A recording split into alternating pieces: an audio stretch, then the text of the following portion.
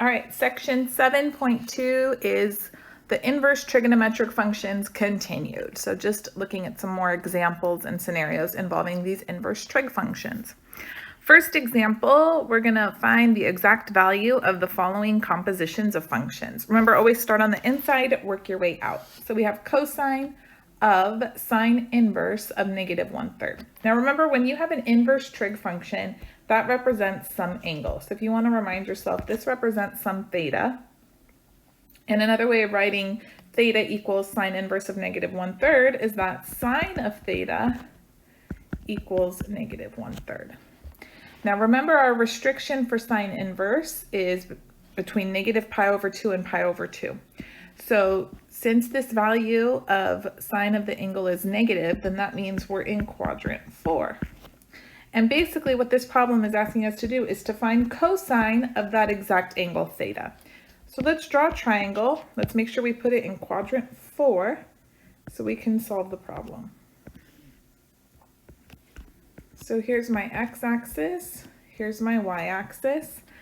I know that this angle's in quadrant 4, so I'll put a triangle there. Here's theta, and sine of theta is -1/3. So that means the opposite side, -1, hypotenuse is 3. Remember, hypotenuse is never negative. Okay, to find the missing side of the triangle, I'm going to do the Pythagorean theorem. So x squared plus -1 squared equals 3 squared. That means x squared is 9. So x equals, in this case, it's going to be positive 2 rad 2 because it's rad 8. Oh, excuse me. X squared equals 9 minus 1, right? So x is rad 8, which is 2 rad 2. So here's 2 rad 2. Okay, so to finish the problem, I just need to evaluate or give cosine of that angle. So cosine's going to be the adjacent side over the hypotenuse, which would be 2 rad 2 over 3. And that's it. All right, not too terrible. All right, let's look at another example. So tangent of cosine inverse of -1/3. So remind yourself, this represents some angle. Now cosine inverse is restricted the range from 0 to pi. And again, this is a negative value. So this is basically saying cosine of some angle equals -1/3. Well, if cosine's negative, then that means we have to be in quadrant 2 because of our restriction for the inverse. So let's draw a triangle in quadrant 2. So here's x, here's y. Here's our triangle. And cosine is -1/3. So the adjacent side is -1, the hypotenuse is 3, and then this side is 2 rad 2. It's the exact same triangle as the last problem. Okay, so the problem is asking us to find tangent of this angle theta. So tangent's going to be the ratio of the opposite side over the adjacent side. So that's going to be a -2 rad 2. And we're done with that one. How was that? Not too bad, right? Okay. Little different. Now we have the inverse on the outside of the composition and the trig function evaluated at some angle inside the composition. So always start on the inside, work your way out. So we have cotangent of 2 pi over 3. Well, 2 pi over 3 is in quadrant 2. Cotangent is going to be cosine divided by sine. So it's going to be 1 over rad 3.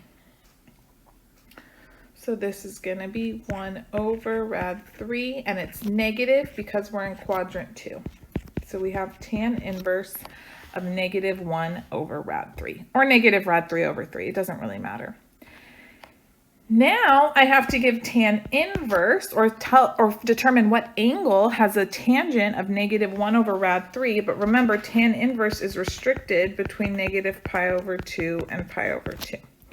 So let's look back here. Draw a little unit circle so we can decide where we are. Here's x, here's y. So if tangent is going to be negative, then that means I have to give an angle in quadrant 4. And what angle would have a tangent of -1 over rad 3? That means sine would have been a negative half, and cosine would have been rad 3 over 2. Well, that's a pi over 6 reference angle. But if we're going to be over here in quadrant 4, then it needs to be negative pi over 6. All right. Good. Next one, cosine inverse of sine of 7 pi over 6. So let's see here. 7 pi over 6, do you know what quadrant that's in? It's in quadrant 3, right? So here's our unit circle. Quadrant, that's pi, so a little bit more, that's 7 pi over 6 right there, okay? So sine of 7 pi over 6, that's going to be -1/2. And then I need to give cosine inverse of -1/2. Now remember, cosine inverse is restricted from 0 to pi. So let me highlight where we're allowed to give an answer. Only from here to here, quadrants 1 and 2. So if cosine's going to have a negative value, then that means we're in quadrant 2. And if cosine's a half, then that means we have a pi over 3 reference angle. So this is going to equal, what angle over here has a pi over 3 reference angle? It's going to be 2 pi over 3. Ooh, that looks kind of ugly. Hold on. 2 pi over 3. All right. These, again, don't have a ton of computation behind them. There's a lot of reasoning that goes on. So just make sure you walk yourself through it. You explain these out loud to somebody else or even to yourself. That way you reinforce the concepts. Okay. Now here's the domain and range restrictions for secant inverse, cosecant inverse, and cotangent inverse. They're really just here for you to have as reference. Don't worry about memorizing them or the graphs. I'm not going to test you on that, but just so you can see them. We also have to restrict their domains. That way the inverses can be functions that are one-to-one. All right, just an example, what you will need to know is find the exact value of cosecant inverse of 2. Well, this is just the same as sine inverse of the reciprocal, right? 1/2.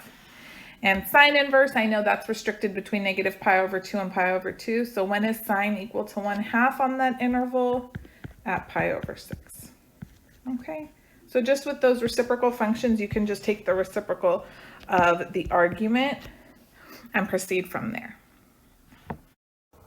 All right, last examples of this section ask us to write each trigonometric expression as an algebraic expression in U. So to begin, remember, start on the inside, work your way out. Anytime you have an inverse trig function, that represents some angle, right? So cosine inverse of U, I'm going to label that as theta. And that is equivalent to saying cosine of theta is equal to U, which is the same as U over 1. All right. Now, I don't know if U is positive or negative, and cosine inverse of U is going to be between 0 and pi, which would be quadrants 1 and 2.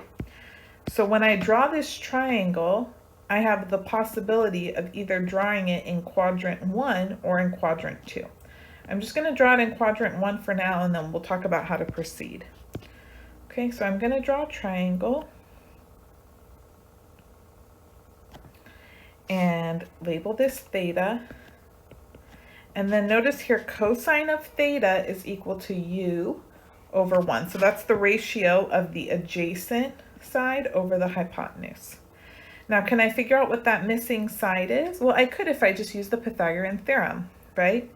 So I know this side is going to be the square root of 1 minus U squared. And if I had another triangle over in quadrant 2, it would be labeled the same way, right? It's just U would be negative, but this would still be rad 1 minus U squared, and this would be 1. So the problem's asking me for sine of that theta, sine of that angle. Well, sine is opposite over hypotenuse, and it's positive in quadrants 1 and 2, right? Sine or the y values are positive in both those quadrants. So I don't really need to worry, I'm not using that side u. The ratio is going to be the square root of 1 minus u squared, because that's the opposite side, over the hypotenuse, which is 1, which is just rad 1 minus u squared. Okay, so that first example was pretty straightforward. I had the possibility of u being a negative quantity and theta being in quadrant 2, but either way, it didn't affect my final answer since I was trying to find sine of that angle, and sine in quadrants 1 and 2 is positive. Okay, now let's proceed to the next example. We need a little more care here. So same way, tangent of secant inverse of u, I'm going to label this as theta, and that means secant of theta is equal to u, or that's the same as saying cosine of theta is 1 over u.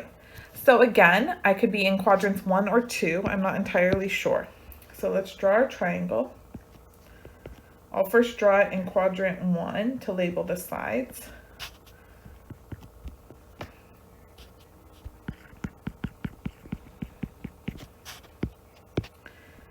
So remember, cosine is the ratio of the adjacent side over the hypotenuse. So in this case, 1 is the adjacent side, and u is the hypotenuse.